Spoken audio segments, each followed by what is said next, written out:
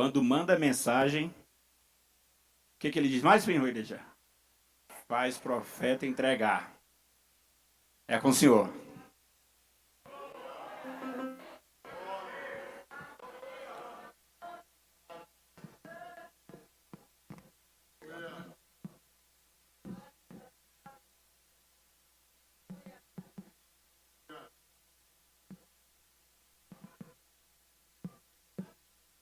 Meus irmãos, a paz do Senhor. Quem está feliz aí, diga graças a Deus. Você concorda comigo que nós somos o povo mais feliz da terra? Digo isto porque nossa alegria, nossa felicidade, ela não se restringe à geografia ou ao lugar, nem muito menos à circunstância que estivermos enfrentando. A nossa alegria, ela não depende de fatores externos. A nossa alegria não vem de fora para dentro. A nossa alegria é de dentro para fora. Eu li uma frase há muito tempo atrás e guardei-a no meu coração. O autor da frase disse que a nossa alegria, ela é como uma bandeira que tremula no castelo do nosso coração, anunciando que o rei está em casa. Interessante que, uma certa vez, eu visitei uma cidade em um país e eu vi um castelo naquela cidade.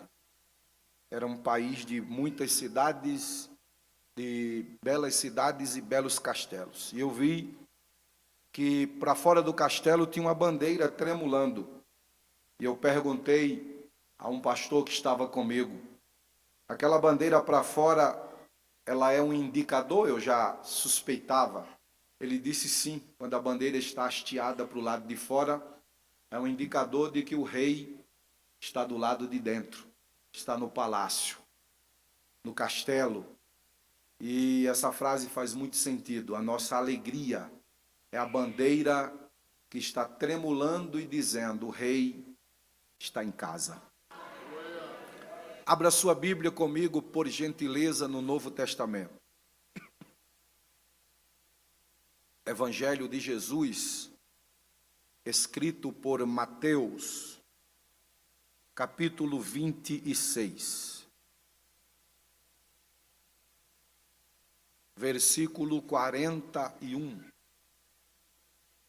É o texto escolhido por vocês, proposto para esta festividade, este congresso. Minha palavra de gratidão ao querido amigo, pastor Argileu, por mais uma vez, eu digo que ele não me convida, ele dá uma ordem e eu venho.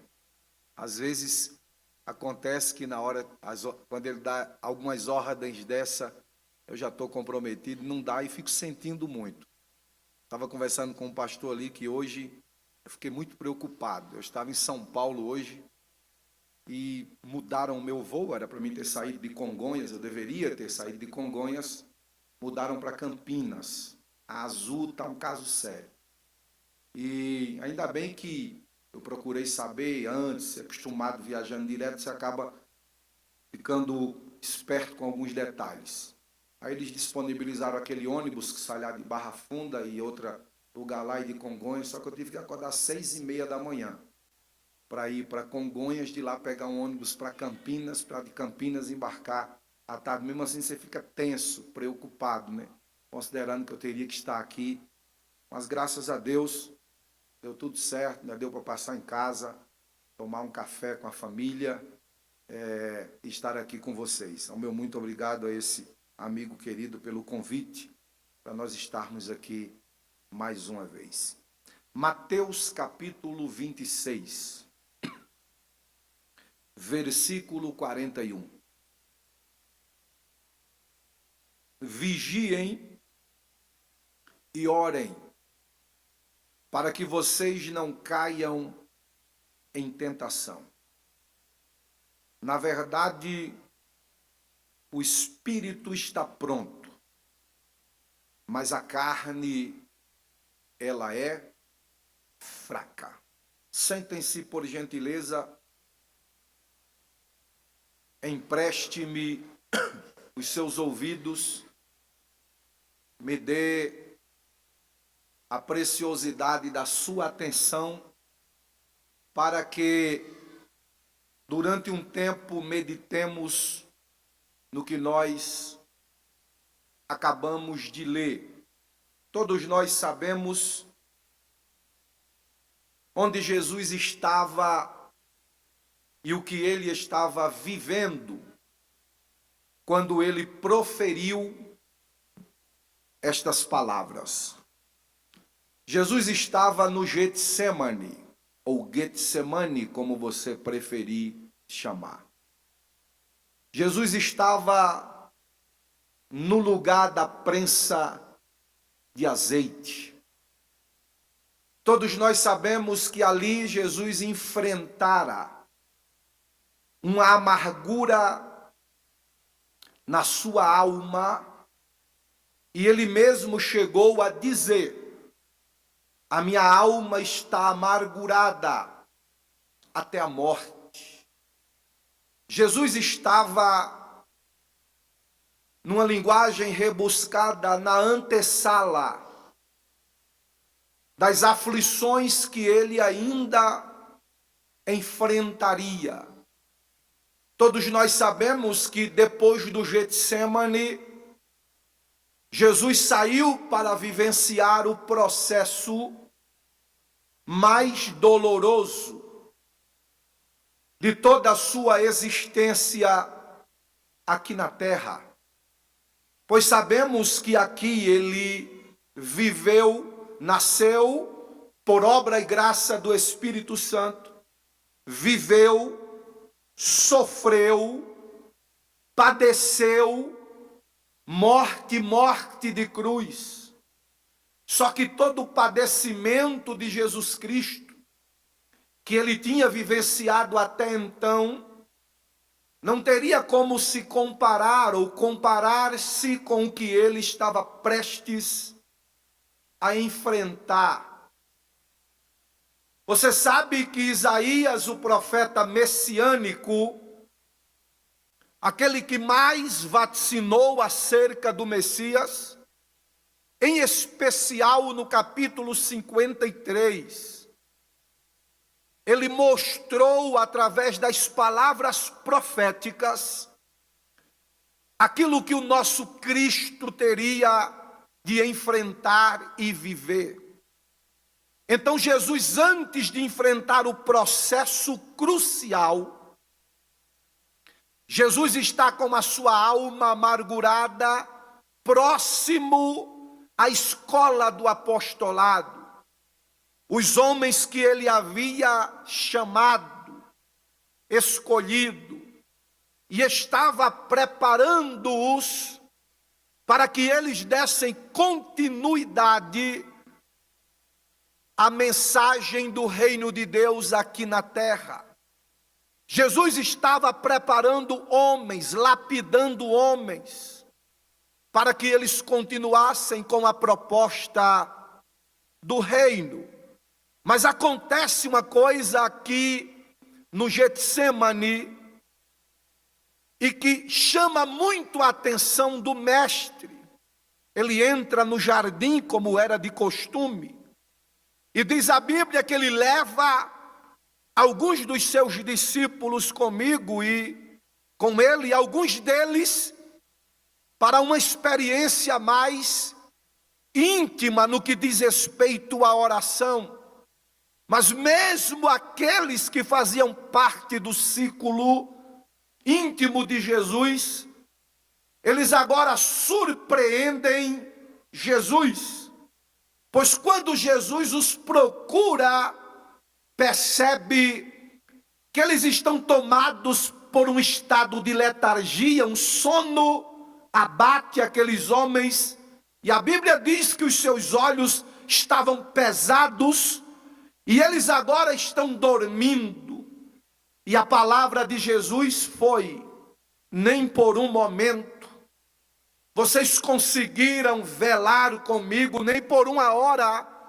Vocês conseguiram orar comigo. Portanto, eu lhes digo que vocês precisam vigiar e orar, para que vocês não caiam em tentação. Porque o espírito está pronto, mas a carne, ela é tomada de fraqueza. Jesus aproveita a ocasião ali para trazer mais um ensinamento para os seus discípulos. O que eu acho interessante no cenário do Getsemane é que mais uma vez Jesus ensina os seus discípulos usando duas linguagens. E isso Jesus fez a vida inteira dele aqui na terra. Quais foram estas linguagens, pastor? Jesus usa a linguagem verbal e Jesus usa a linguagem não verbal. Na verdade, se você prestar atenção no ministério de Jesus, Jesus ensinou mais com linguagem não verbal do que com linguagem verbal. Noutras palavras, Jesus ensinou mais com seu comportamento, com o seu exemplo e com a sua vida do que com as suas palavras.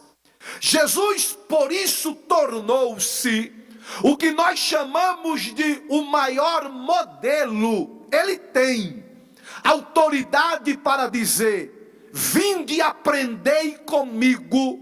E Paulo mais na frente vai dizer: sejam meus imitadores, como eu sou de Cristo. Então a maior preocupação de Jesus foi dar exemplo com a sua vida, foi pregar com a sua vida, foi ensinar com a sua vida. Ele revelou a glória de Deus com a sua vida. Ele revelou o reino dos céus com a sua vida. Jesus exalou santidade com a sua vida. Jesus propagou o melhor do céu nesta terra com a sua vida. Louvado seja o nome do Senhor. Interessante que no Getsemane não é diferente. Primeiro Jesus dá o exemplo indo para o jardim da oração, e depois Jesus usa palavras. Interessante. Primeiro vida, primeiro comportamento, primeiro postura, primeiro exemplo, depois palavras. Um dos grandes pensadores e considerado um dos pais da igreja, Agostinho, ele disse: pregue sempre que você puder, se possível for, use palavras. No que diz respeito a seguir o exemplo de Jesus, nós temos um exemplo de vida, o maior exemplo de vida que foi o nosso mestre, e que nós possamos, com a nossa vida, com o nosso exemplo, também exalar a glória de Deus para os homens e sermos aquilo que Jesus propôs para sermos. O que, pastor? Vós sois sal da terra e luz do mundo. Acredite, a pregação aí embaixo, ela pode ser muito mais poderosa do que a pregação aqui em cima.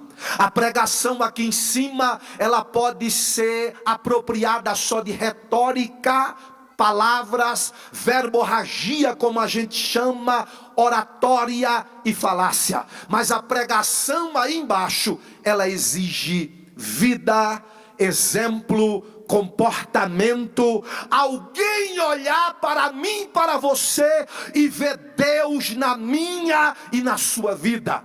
O que as pessoas estão precisando não é ouvir discursos bonitos e longos, porque isso você pode adquirir através de um curso de oratória. O que as pessoas estão precisando é chegar perto de mim e de você e sentir Deus na minha e na sua vida. É olhar para a minha e para a sua vida e perceber que tem Deus.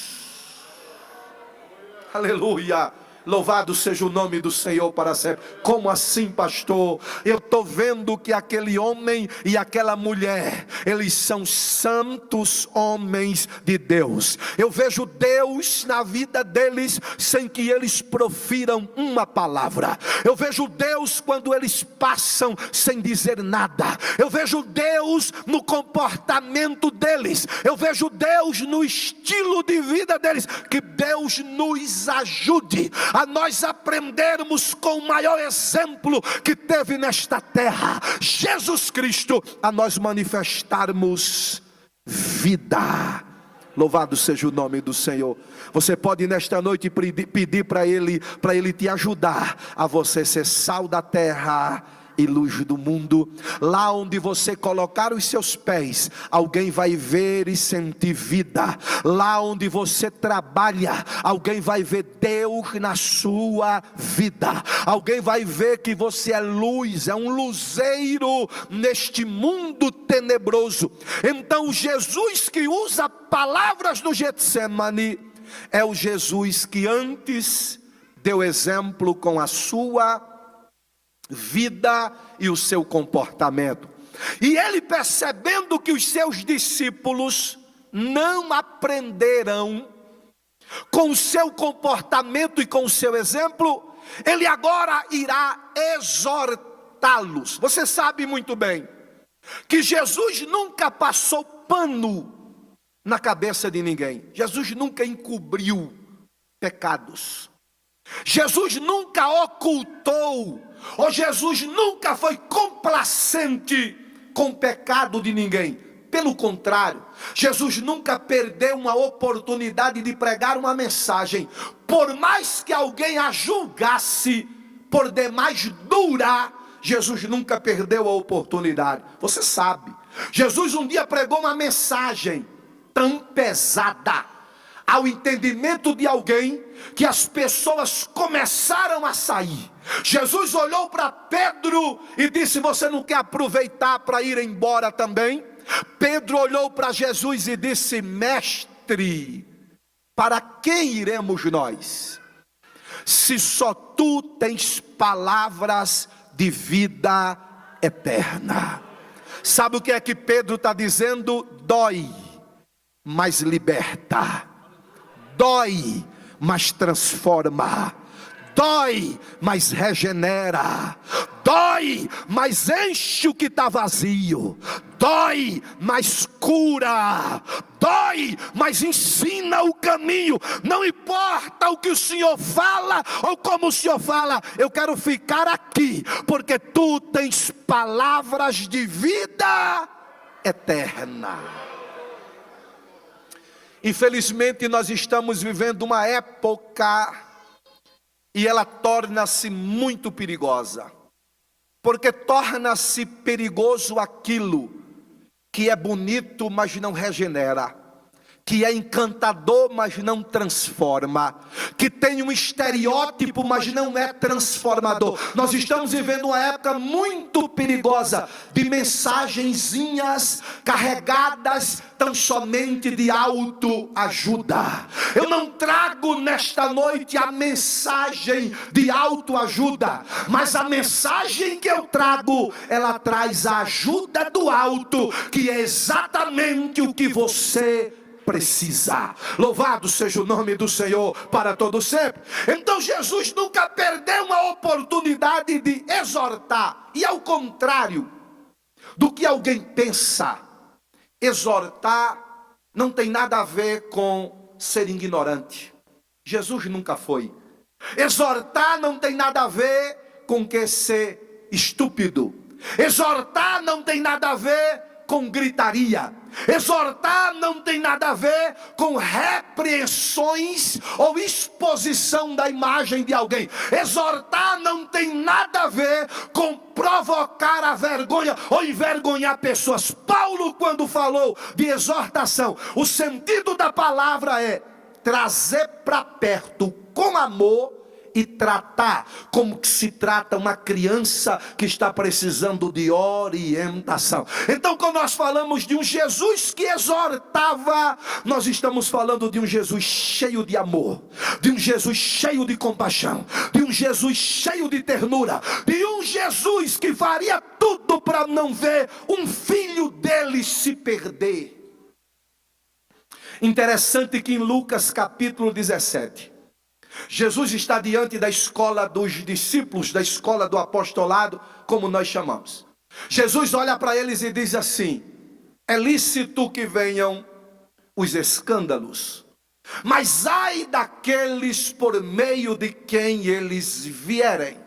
Escândalo aqui vem do grego escandalar, ou armar uma arapuca para que alguém caia nela, ou colocar uma pedra de tropeço para alguém cair. Aí Jesus diz assim: ai daqueles por meio de quem vierem os escândalos. Melhor seria que o tal pendurasse no seu pescoço uma pedra de atafona ou uma pedra de moinho, do que fazer tropeçar um destes pequeninos. Sabe o que é que Jesus está dizendo para os apóstolos? Vocês chegaram aqui há mais tempo, tem gente nova chegando agora, então tenham muito cuidado com o estilo de vida que vocês resolveram viver, para vocês não fazerem estes tropeçarem. Vocês não podem fazer eles errarem. Como assim? Esforcem-se, façam o possível e o impossível para que eles não tropecem por causa do comportamento de vocês. Ah, pastor, mas eu não tenho compromisso com ninguém. O meu compromisso é comigo. Eu tenho livre-arbítrio, eu faço o que eu quero. Então você não aprendeu com a Bíblia, você não aprendeu com o Evangelho, você não aprendeu com a graça, e você não aprendeu com Paulo. Paulo disse: não vivo mais eu,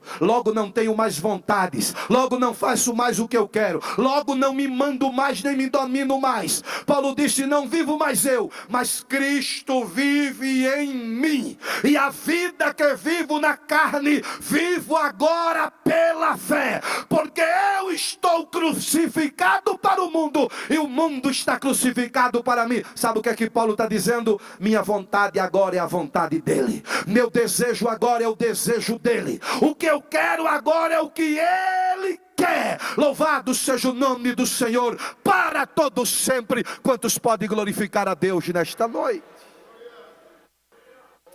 Então nós fomos chamados para darmos o exemplo, para que os pequenos não tropecem. O que Jesus está falando aqui e fazendo aqui é exortar, mas exortar com amor, é trazer para perto os seus, sem omitir as verdades que eles precisam ouvir, porque isto lhes levaria à vida eterna. Qual que é a exortação de Jesus aqui? São duas. Jesus olha para os seus discípulos e diz assim, e pode prestar atenção, que elas estão aqui no coletivo, ou pluralizado. Olha o que é que Jesus disse: vigiem e orem. Jesus não está dirigindo-se a uma pessoa. A palavra não é para uma pessoa, a palavra é para todos. Jesus percebeu que o problema da letargia espiritual dominava todos. Jesus percebeu que o sono dominava todos. Isso aqui tem um cunho espiritual, tem algo espiritual aqui. Os discípulos dormindo aqui sem conseguirem velar com Jesus, está apontando para a igreja. Uma igreja que enfrentaria uma letargia espiritual, um adormecimento espiritual, a falta do desejo de estar em estado de alerta. Você sabe que nós estamos enfrentando um esfriamento espiritual espiritual. Ah, pastor, mas eu já vi por aí congressos de avivamento que o pau caiu a folha, como a gente costuma dizer. Avivamento não tem nada a ver com barulho de final de culto. Avivamento não tem nada a ver com show de pirotecnia. Avivamento não tem nada a ver com teatrismo. Avivamento não tem nada a ver com movimento provocado por homem. Avivamento é mudança de vida. Avivamento é transformação de caráter. Avivamento é o vazio sendo cheio. Avivamento é o caído se levantando. Avivamento é arrependimento de pecados. Avivamento é o homem dando as costas para o pecado e ficando de frente para Deus. Não adianta nada, não adianta nada gritar, pular, rodopiar, sapatear, pegar fogo e a vida não ser transformada. Não adianta nada. Pode prestar atenção que estes pseudos avivamentos, eles terminam quando o playback termina. Ele termina quando o culto termina. Ele termina quando a banda para. Olha para cá, avivamento não termina quando o playback termina, nem quando o culto termina, nem quando o congresso termina. Avivamento é aqui, avivamento é em casa, avivamento é no trabalho, avivamento é na escola, avivamento é na faculdade, avivamento é em qualquer lugar. Louvado seja o nome do Senhor para todo sempre. Louvado seja o nome do Senhor para todo sempre. Jesus está percebendo que eles estão tomados por uma letargia. Aí Jesus traz uma exortação para eles, já sabendo que esta exortação serviria para nós. Olha que negócio extraordinário.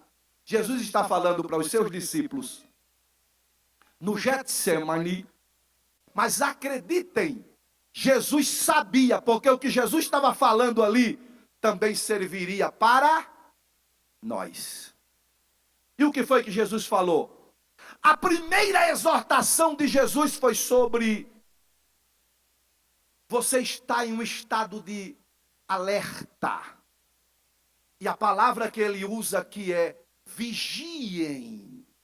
Um pensador chamado John Paul Pot, ele disse que o preço da eterna liberdade é a nossa eterna vigilância.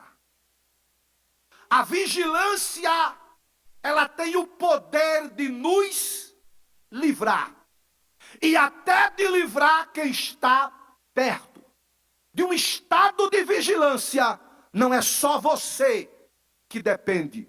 Tem muita gente que depende da sua vigilância. Por exemplo, a sua vida com Deus, a sua aliança com Deus, a sua eternidade com Deus, a sua salvação, a sua santidade, depende da sua vigilância. E pessoas que estão do seu lado, e acreditem, e acredite, por mais que você nunca tenha percebido ou não tenha imaginado, tem alguém olhando para você e dizendo para você: se ele está de pé, eu encontro forças para também estar de pé. Se ele vive uma vida de santidade, eu também encontro forças para ter uma vida de santidade. Olha para cá, tem muita gente refletindo o que vê em você, o que encontra em você. Você nem imagina, mas tem alguém do seu lado que usa você como parâmetro, aleluia, para dizer assim: se os passos de um homem bom são confirmados pelo Senhor, eu quero seguir os passos desta pessoa. Então, a sua vigilância depende também do estado de muita gente que está do seu lado. Eu repito o que Paulo disse: sede meus imitadores, como eu também sou de Cristo. Mas pastor Adriano, sobre vigilância, quem é que precisa vigiar? Eu me lembro das palavras de Jesus em Marcos capítulo 13 e versículo 37. Olha o que é que Jesus disse lá.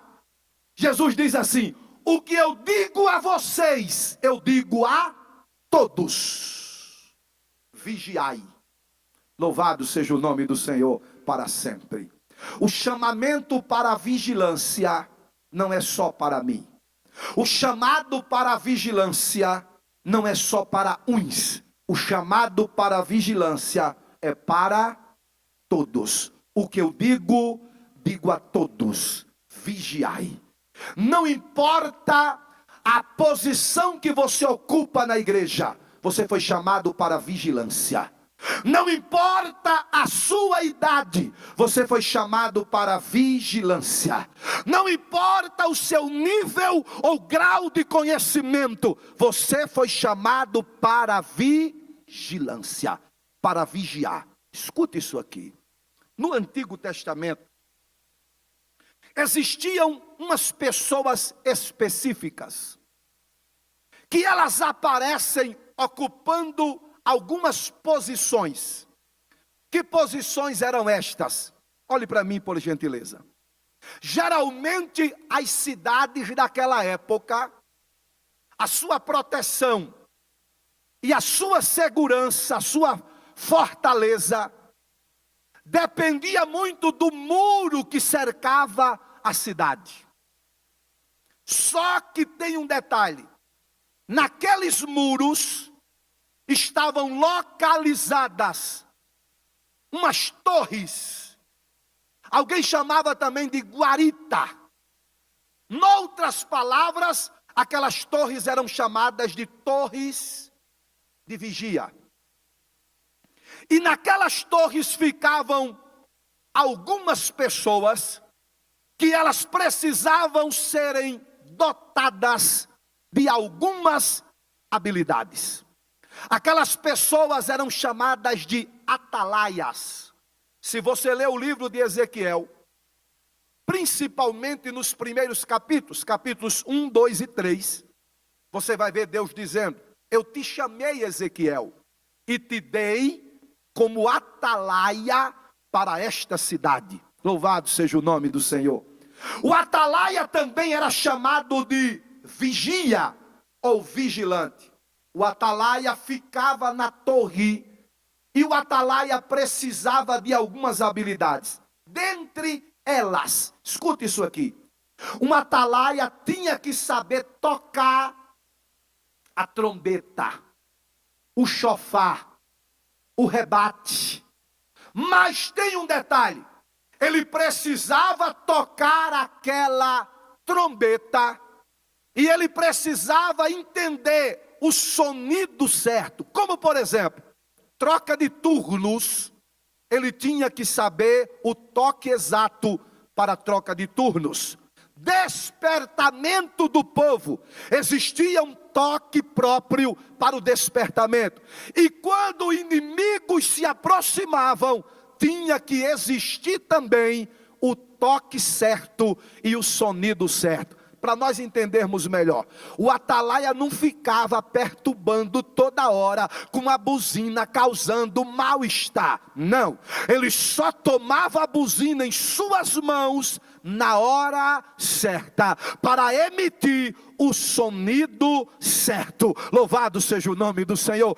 Crente que está em estado de alerta não tem nada a ver com ele ser um chato, não tem nada a ver com ele ser um perturbador da ordem alheia. Ah, pastor, mas a Bíblia diz: tocai a buzina em Sião, perturbem-se os moradores da terra. Vá procurar o contexto no qual existiu aquela ordem. Eu estou falando aqui de propagar o reino, eu estou falando aqui de vigilância. Você não foi chamado para ser um chato, você não foi chamado para importunar, você foi chamado para exalar testemunho e exemplo. E o toque, o sonido certo, ele vai ecoar na hora certa. Aleluia, aleluia. Como maçãs de ouro em salvas de prata são as palavras ditas na hora certa. Até o que é certo, se você não tiver sabedoria para emitir, você pode desperdiçar o que é certo. Tem gente perdendo oportunidades de ganhar vidas, de restaurar pessoas, porque tornou-se um crente chatonildo. Você não precisa ser chato, ficar com a buzina na mão, tocando e perturbando e incomodando, não. O que essa pessoa precisa, sabe de quê? É só de olhar para a sua vida e sentir que você está exalando Deus através da sua vida. Eu falei no início aqui que nós somos chamados para ser sal. O que é que o sal faz? O sal conserva, o sal tempera, aleluia, e o sal provoca sede. Bendito seja o nome do Senhor. Alguém vai chegar perto de você e vai sentir sede, sede do céu, sede do Evangelho, sede de Cristo, sede de Deus, sede na alma, sede no Espírito. Louvado seja o nome do Senhor. Então, você não precisa tocar a buzina toda hora. Você vai tocar a buzina na hora certa, emitindo o sonido certo. Segunda habilidade que um vigilante tinha que ter. Um vigilante precisava ter uma audição aguçada. Ou seja, o grau de percepção dele, o grau de sensibilidade dele tinha que estar em dias. Como assim? Ele não poderia ser uma pessoa alheia. Ele não poderia ser aquele tipo de pessoa que estava na torre de vigia e não tinha ideia do que estava acontecendo ao seu redor. Tem gente desse jeito, que está vivendo, mas não percebe que as coisas estão acontecendo ao seu redor. Eu costumo dizer que existem 3 tipos de pessoas: as que criam oportunidade, as que aproveitam as oportunidades e as que não percebem que as oportunidades chegaram. Para elas tanto faz como tanto fez, porque elas estão sem sensibilidade, não conseguem ouvir os sinais, não conseguem perceber os sinais. Deus te trouxe aqui nesta noite para dizer a você: eu estou te levantando como um vigilante, mas é um vigilante que vai perceber as oportunidades, não vai passar nada desapercebido perto de você. Ah, pastor, o meu filho, o teu filho está pensando que vai dar sinais que você não vai perceber. Deus está te dando percepção e sensibilidade para ver o que ele está fazendo, o comportamento dele. Você não vai perder o seu filho, nem a sua casa, nem a sua família, por causa de uma audição que não está aguçada. Deus está aguçando os teus ouvidos para você ficar com percepção. Olhe para cá. Esses filhos da gente, principalmente quando eles chegam na adolescência, quando eles são criança, eles acham que são donos do mundo. Quando eles atingem a adolescência, eles têm certeza. Então esses meninos na adolescência, eles acham que se tornam mais sábios do que a gente. Sabem de tudo e conhecem tudo. Deixa eu dizer uma coisa para você. E às vezes eles acham que nós não estamos percebendo nada, mas Deus tem nos dado audição aguçada para a gente perceber o comportamento deles e de vez em quando está puxando as rédeazinhas ali para que eles não se percam. Deixa eu dizer uma coisa para você: Deus não te levantou para você ser alheio, Deus não te levantou para você ser insensível, Deus te levantou para você tocar a buzina no sonido certo, Deus te levantou para você ter grau de percepção dentro da sua casa. Terceiro lugar, o vigilante, ele precisava ter uma visão aguçada. Ele precisava enxergar longe. Fala comigo, visão ampla. Fala mais forte, visão ampla. O diabo está tentando cegar-nos. O diabo está tentando trazer para as nossas vidas uma miopia espiritual, para que nós não enxerguemos um palmo na frente do nariz. Você já viu essa expressão? Fulano não enxerga um palmo na frente do nariz. As coisas estão acontecendo e pessoas não estão vendo. Olha para cá. Ninguém aqui é tolo. Nós estamos vendo que há um engendramento, há uma orquestração, há uma horda maligna tentando parar e frear a igreja. Há um propósito satânico e maligno de destruir as igrejas, de destruir as famílias. Mas Deus está levantando vigilantes, atalaias, aleluia, que irão tocar a buzina no sonido certo, não perderão a audição, e Deus está te dando visão. Quem recebe isso aqui em nome de Jesus nesta noite? Quando o diabo pensar que você está desapercebido, ele vai te ver em estado de alerta. Quando o diabo pensar que você está dormindo, você estará na torre de vigia. Louvado seja o nome do Senhor para todo sempre. Ei, Deus está renovando a tua visão. Eu vou dizer mais uma vez: Deus está renovando a tua visão. Deus está te enchendo de visão espiritual. Quem acredita que Deus te levantou como vigilante na tua casa, levante a sua mão para o céu, abra a sua boca e glorifique o nome de Jesus neste lugar. Aleluia. Bendito seja o nome do Senhor para todo sempre. O atalaia, escute isso aqui, tinha que tocar a buzina no momento certo e de forma certa. Não podia estar desapercebido, tinha que ter um grau de audição aguçada. A sua visão deveria ser ampla. Em quarto lugar, o atalaia, em hipótese alguma, deveria pestanejar. Numa linguagem bem nossa, pescar. Eu vou melhorar a palavra. Um atalaia estava proibido, terminantemente proibido, de cochilar na torre de vigia. Porque um cochilo dele custaria a vida dele, do clã dele, que era a família dele, e da pátria dele ou da cidade dele. O rei designava um atalaia, pastor Agileu, colocando-o na torre de vigia, acreditando que enquanto o rei estava no palácio com os seus, o atalaia estava de prontidão. O rei não investiu em você por acaso. O rei não chamou você por acaso.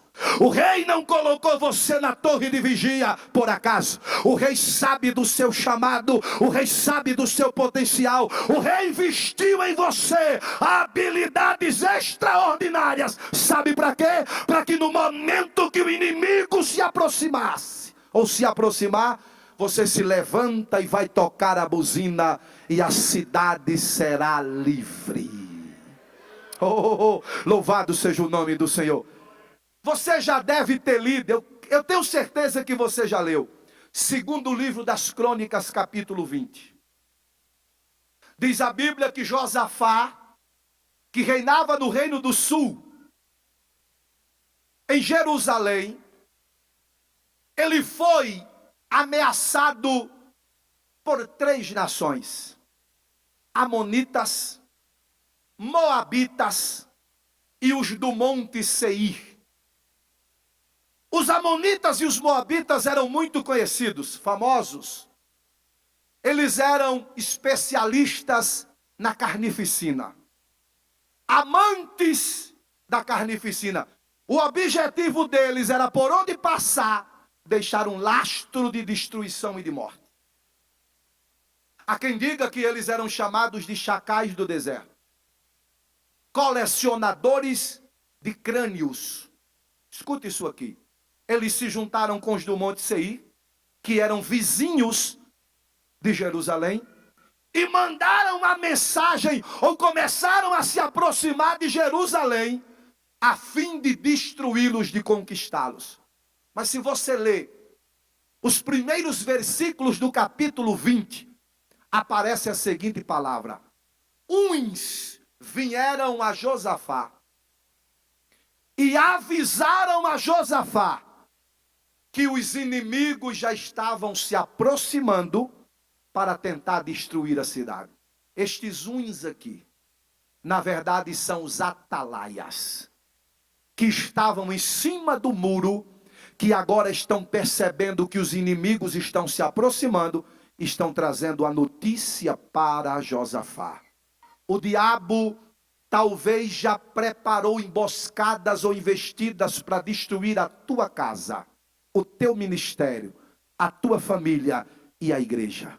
Mas eu vim aqui nesta noite dizer: Deus te levantou, Deus me levantou como um atalaia, aleluia, em cima do muro. Deixa eu ver quem está entendendo isso aí. Em cima do muro, na torre de vigia, na torre de vigia onde você estuda, na torre de vigia onde você trabalha, na torre de vigia onde você mora, na torre de vigia onde você congrega. Eles irão tentar, mas não passarão de tentativas, porque tem atalaias neste lugar para tocar a buzina. Louvado seja o nome do Senhor para todo sempre. E o mal vai ter a investida deles frustradas. Quantos podem glorificar a Deus por isso? Quando Jesus disse vigiem, Jesus estava dizendo, sabe o que?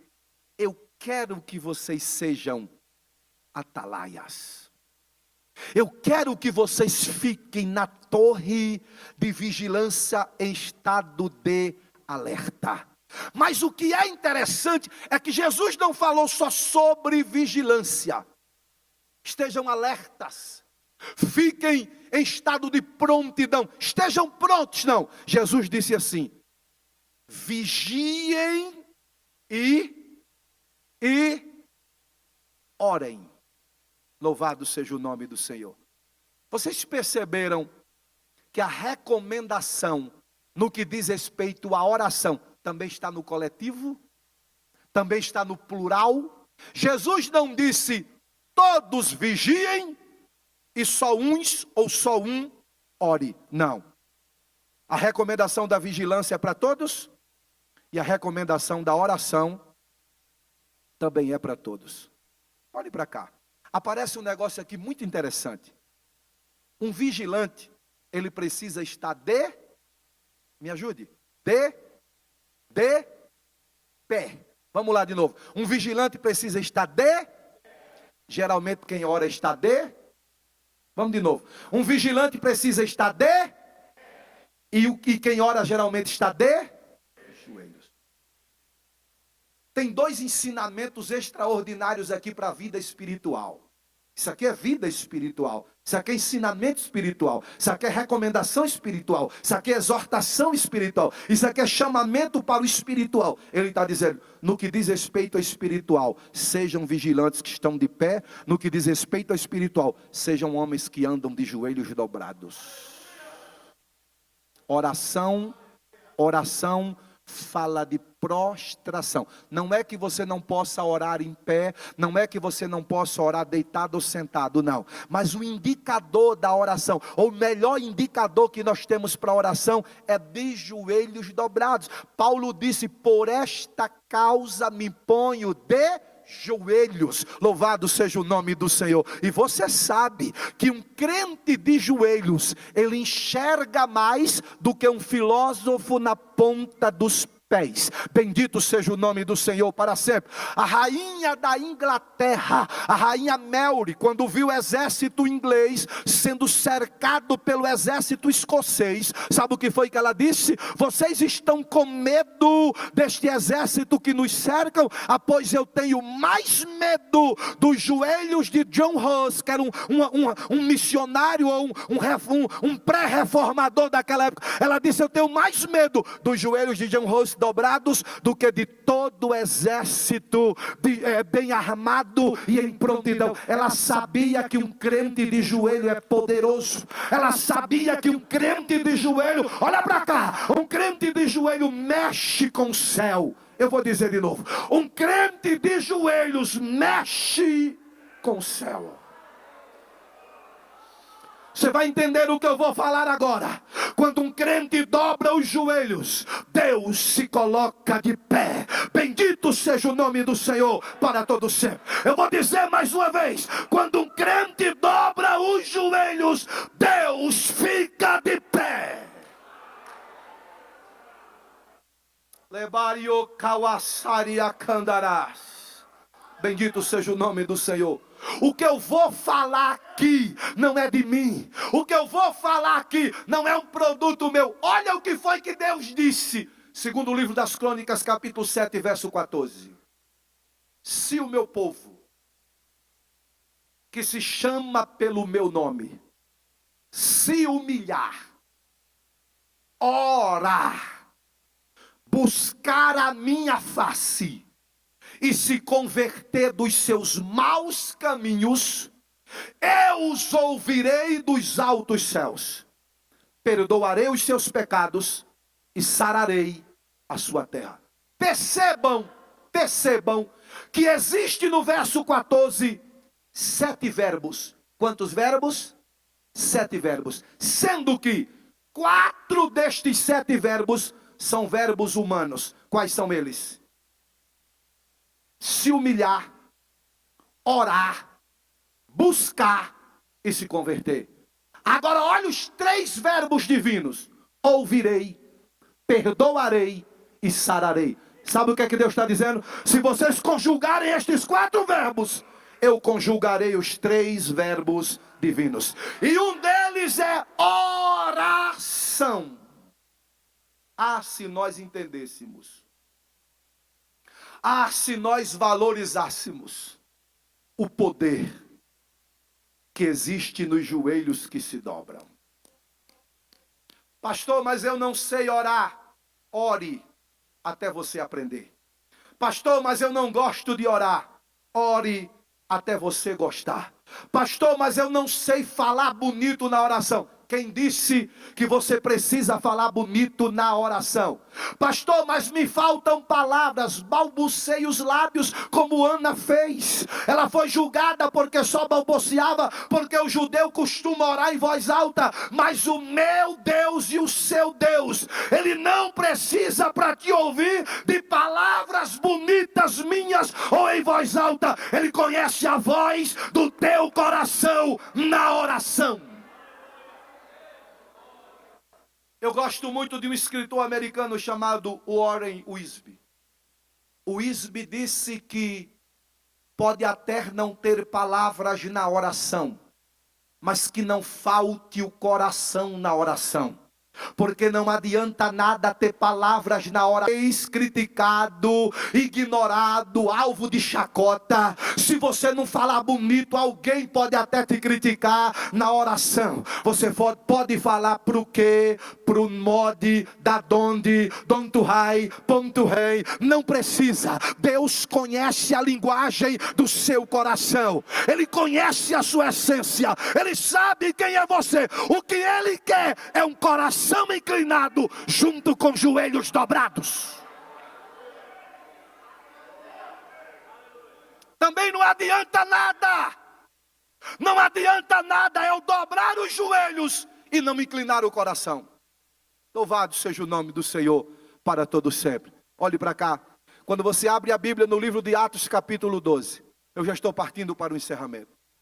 Em Atos capítulo 12 pegaram Tiago, decapitaram Tiago. E prenderam Pedro para decapitá-lo também depois da festa dos pães ázimos. Escute isso aqui. Pedro estava preso. Mas se você ler Atos capítulo 12, verso 5. A Bíblia diz assim, Pedro estava preso. Mas a igreja fazia contínua aqui não é de longa. Contínua aqui é de fervorosa, de intensa. A igreja fazia contínua oração por Pedro, aleluia a Deus, louvado seja o nome do Senhor. Sabe com quem Pedro está brigando aqui? Com Roma. com um homem chamado Herodes Agripa I, um facíndora, que vem de uma família de assassinos. Ele era filho de Arquelau, sobrinho de Herodes Antipas, o assassino de João Batista, e neto de Herodes o Grande. Então, na família dele tinha um histórico de assassinos. Eles gostavam de matar. Matou Tiago e prende Pedro. Mas a pergunta que não quer calar é: pastor, por que é que Tiago morre e por que é que Pedro vai ser solto? Tiago foi livre para estar com Deus porque o tempo dele aqui embaixo terminou.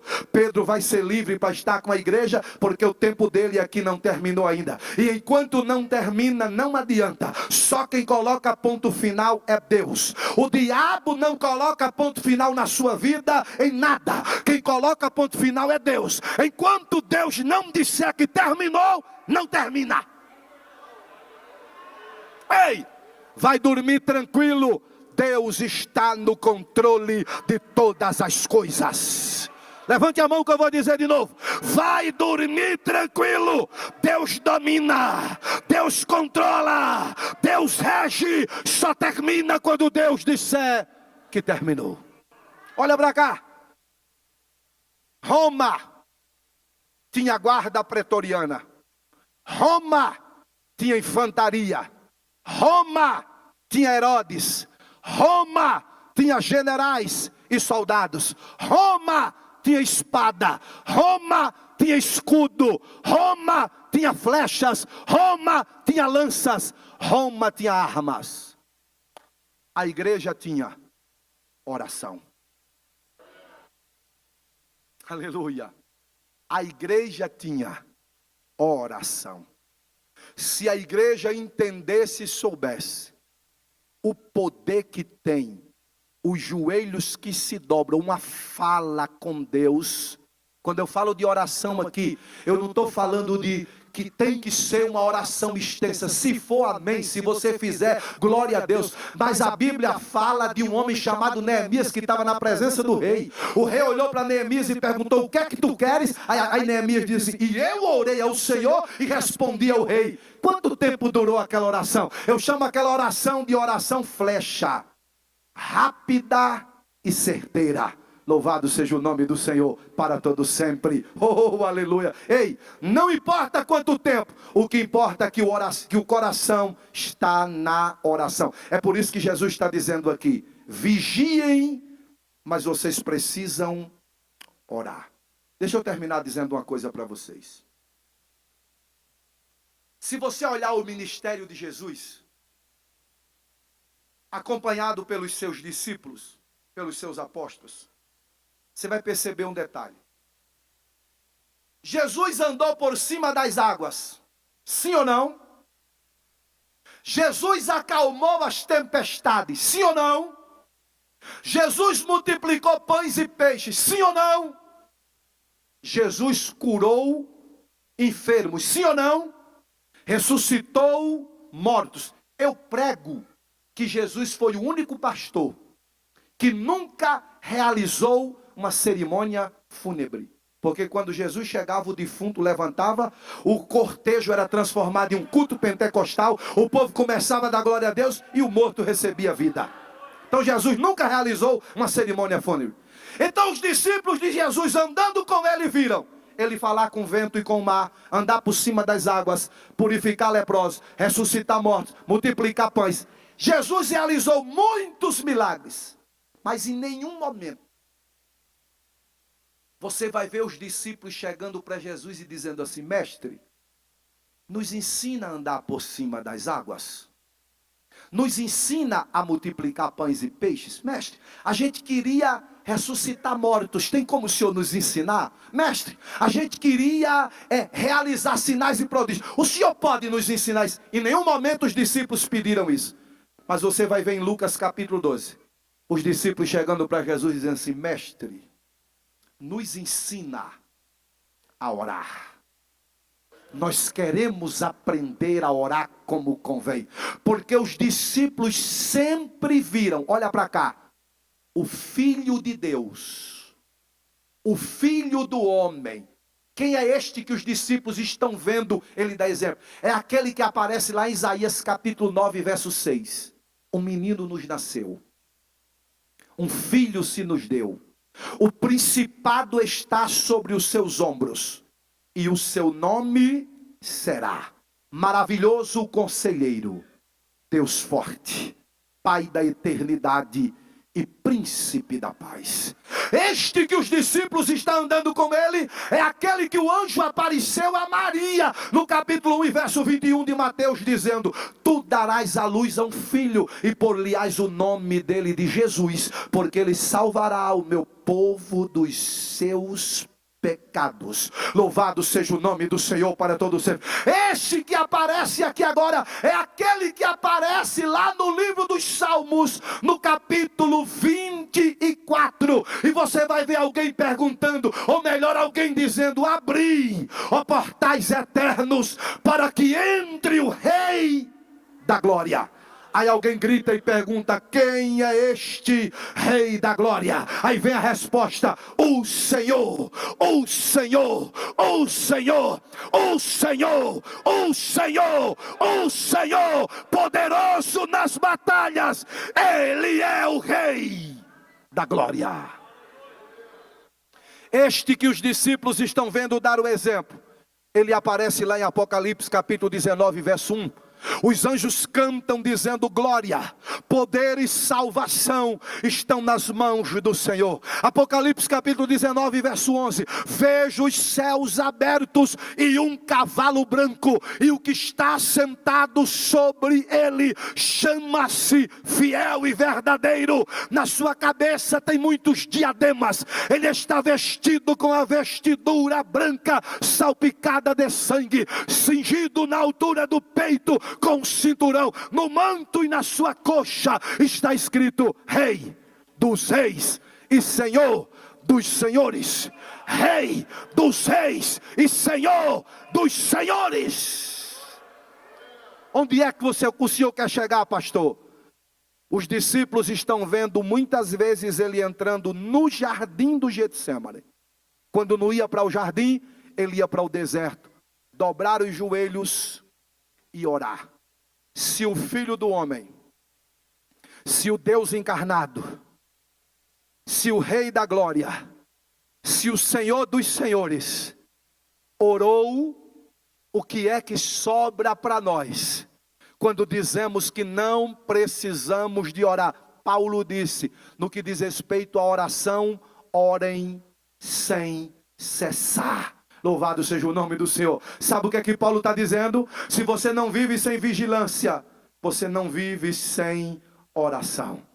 Crente precisa entender que a oração dele é o suor da alma dele. Bendito seja o nome do Senhor. Lutero disse que oração de crente, ou quando o crente ora, ele se conecta com Deus. A oração do crente é a conexão, aleluia, do fraco com o forte, do pequeno com o grande, da criatura com o Criador, do servo com o Senhor. Agora olha o que diz o salmista no Salmo 141 e verso 2: suba a tua presença como sacrifício do entardecer, aleluia, louvado seja o nome do Senhor, as minhas orações, ó Senhor. Agora olha o que aqui Apocalipse diz no capítulo 8 verso 4: eu vi anjos com salvas de prata em suas mãos, com incenso e oração dos santos que sobe até a presença do Senhor. Deixa eu terminar dizendo, vou pedir já para você ir ficando de pé, mas deixa eu terminar dizendo: tua oração não fica neste assoalho, a tua oração sobe. Olha para cá. E a tua oração, quando sobe, ela não é impedida por este teto. A tua oração ultrapassa este teto. A tua oração ultrapassa todas as camadas atmosférica, estelar, céu dos céus, mesosférica, exosférica. Lembra desse negócio que a gente aprendeu quando estudou lá na quinta série? Tudo isso, a tua oração rompe e chega diante do trono do eterno. E sabe como é que vai descer a tua oração? Você pode segurar na mão de quem está do seu lado aí. Eu vou pedir o ministério de louvor para me ajudar aqui. Segura na mão dessa pessoa, por gentileza, por obséquio, por favor. Se não for muito caro para você, se ela te cobrar alguma coisa, fala comigo que eu pago. Se ela cobrar alguma coisa para pegar na sua mão, segure na mão dessa pessoa. Aleluia. Diga para ela, você foi chamado para vigiar e para orar. Louvado seja o nome do Senhor. Agora diga para ela, você vigia de pé e você ora de joelhos. Oh, aleluia. Agora diga para ela, fica tranquilo, tua oração, ela subiu e vai descer como resposta para a glória do nome do Senhor. Levante a mão desta pessoa no terceiro andar. Abra a boca e glorifica o nome de Jesus neste lugar. Oh, aleluia! Deixa eu ver aqui quem acredita no poder da oração. Deixa eu ver aqui quem acredita no poder da oração. Oh, aleluia. Você está de pé porque alguém ora por você. Tem alguém de pé porque você está orando.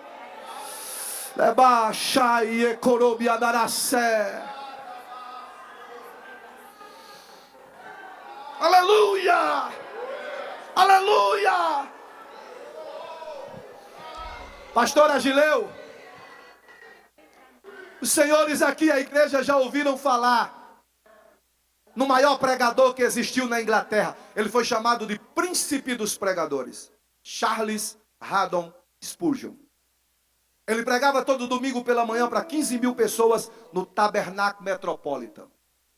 E aquilo ali começou a se tornar um local para muita gente ouvir as pregações de Spurgeon. Quando acabavam os cultos no domingo pela manhã, as pessoas vinham chegar perto daquele homem para fazer a ele perguntas. Um dia, uma caravana de pessoas que tinham vindo da Nova Inglaterra assistir o Spurgeon, chegaram perto dele e perguntaram: a que o senhor atribui o sucesso do seu ministério? Ele disse: eu vou revelar para vocês onde está o sucesso do meu ministério. Alguém disse: é em algum lugar? Ele disse: pode ser. Eu chamo de sala de força. E alguém ficou curioso: sala de força? O senhor pode nos levar lá? Ele disse: sim, claro, lógico. As pessoas o acompanharam. Ele chegou num lugar lá, abriu uma porta e começou a descer umas escadas com aquelas pessoas. Quando ele chega naquele ambiente lá que ficava no subsolo da igreja, tinha mais ou menos de 50 a 60 pessoas de joelhos dobrados orando enquanto o culto acontecia. Ele disse: o sucesso do meu ministério está nessas pessoas. E ele ainda diz mais: eu só estou de pé porque tem gente de joelhos dobrados orando por mim. Aleluia, aleluia. Você segurou na mão dessa pessoa? Aleluia.